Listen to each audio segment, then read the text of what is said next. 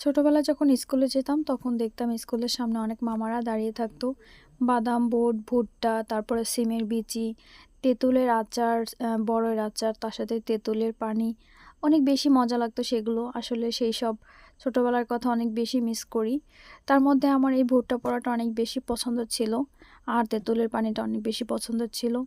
তো আজকেও আমি বাজারে গিয়ে ভুট্টাটা দেখে আমার সেই ছোট্টবেলার কথা মনে পড়ে গেল। তখনই আমি ভুট্টাটা নিয়ে নিলাম। আর বাসায় এনে তারপর আমি এটাকে খুব সুন্দর করে সেই ছোট্টবেলায় যেভাবে খেতাম, মামারা যেভাবে পোড়াতো তো সেভাবে আমি পোড়াবো আজকে। তো তার জন্য প্রথমে ভুট্টার খোসা ছাড়িয়ে খুব ভালো করে ধুয়ে পরিষ্কার করে নিয়েছি।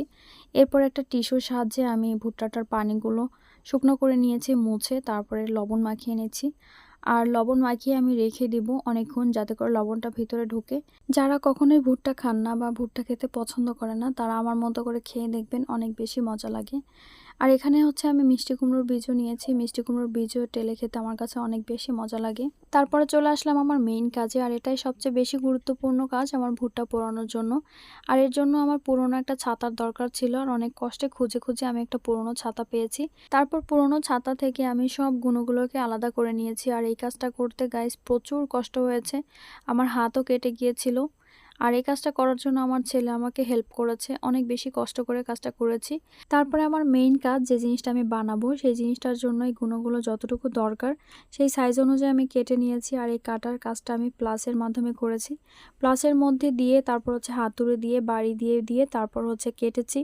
আর এই কাজগুলো করতে অনেক বেশি কষ্ট হয়েছে। তারপরে আঁকা বাঁকা ছিল, সেগুলোকেও সোজা করে নিয়েছি। সবগুলো এক সাইজ করে নিয়ে এরপর আমি পাটির মতো বুনিয়ে নিচ্ছি, একটার মধ্যে আরেকটা দিয়ে। এভাবে করে সবগুলো একই রকমভাবে আমি বুনে নিয়েছি। আর এই কাজটা করতে আমার হাতের কতটা খারাপ অবস্থা হয়ে গিয়েছে দেখেন। তো বোনা কমপ্লিট হওয়ার পরে এরপর আমি আরেকটা গুঁড়ো দিয়ে চারপাশটা আটকে নিয়েছি, না হলে কয়েকদিন পরে ছুটে যাবে। আর ফাইনালি দেখেন এটা কতটা সুন্দর হয়েছে, তাই না? আর এটা কিন্তু আমার অনেক বেশি কাজে আসবে।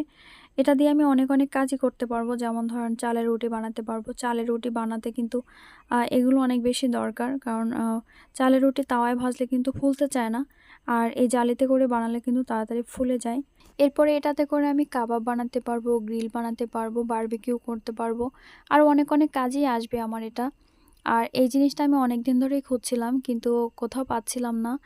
তো ফাইনালি আমি বানিয়ে নিলাম, ভুট্টার কারণে বানানো হয়েই গেল। আর অনেক বেশি উপকারে আসবে। তো তারপর আমি লাকড়ির চুলায় রান্নাবান্না করে নিলাম। তো ইফতারি বানিয়ে নিলাম। এরপর লাস্ট রান্নাবান্না শেষে এরপর এটা দিয়ে এটার উপরে আমি এই ভুট্টাটা পুড়িয়ে নিব। আর দেখতে পাচ্ছেন যে কতটা সুন্দর হয়েছে, তাই না? আর এভাবে যদি আমি ধরে পোড়াতাম তাহলে কিন্তু আমার হাত পুড়ে যেত বা অনেক বেশি কষ্ট হয়ে যেত। তো এটার কারণে অনেক বেশি উপকার হয়েছে আমার। ভুট্টা তো খাবো, তার আগে ইফতারিটা করে নেই, কারণ সারাদিন যেহেতু রোজা রেখেছিলাম, ইফতারি করে তারপরে ভাজা পোড়া খাবো। আর এদিকে আমার ছেলে আমাকে হেল্প করছিল, আমি ইফতারি বানিয়ে দিয়েছি। আর ওগুলো ও এখানে গুছিয়ে দিচ্ছিল, শরবত বানিয়েছে, তারপরে সব প্লেটারগুলো ও সাজিয়েছে। আর এইভাবে কিন্তু প্রতিদিনই প্রতিটা কাজে আমার ছেলে আমাকে হেল্প করে। এই যে ইফতার বানাচ্ছি, প্রতিদিন আমাকে শরবত গুলে দেয়, খেজুর ধুয়ে দেয়, এরপর মুড়ি নামিয়ে দেয়, ইফতারিগুলো প্লেটে সাজিয়ে দেয়। এভাবে প্রতিটা কাজে আমার ছেলে আমাকে হেল্প করে। সবসময় এভাবে পাশে থাকার জন্য বাবা তোমাকে অনেক অনেক ভালোবাসা। তুমি সবসময় ভালো থেকো, আর সবসময় এভাবে আমার পাশেই থেকো। আর এদিকে দেখেন ইফতারি কমপ্লিট করে আমি অফ ক্যামেরায় কতগুলো ভুট্টা একাই খেয়ে ফেলেছি, আর এখনও খাচ্ছি। আমার কাছে অনেক বেশি মজা লাগে এভাবে খেতে।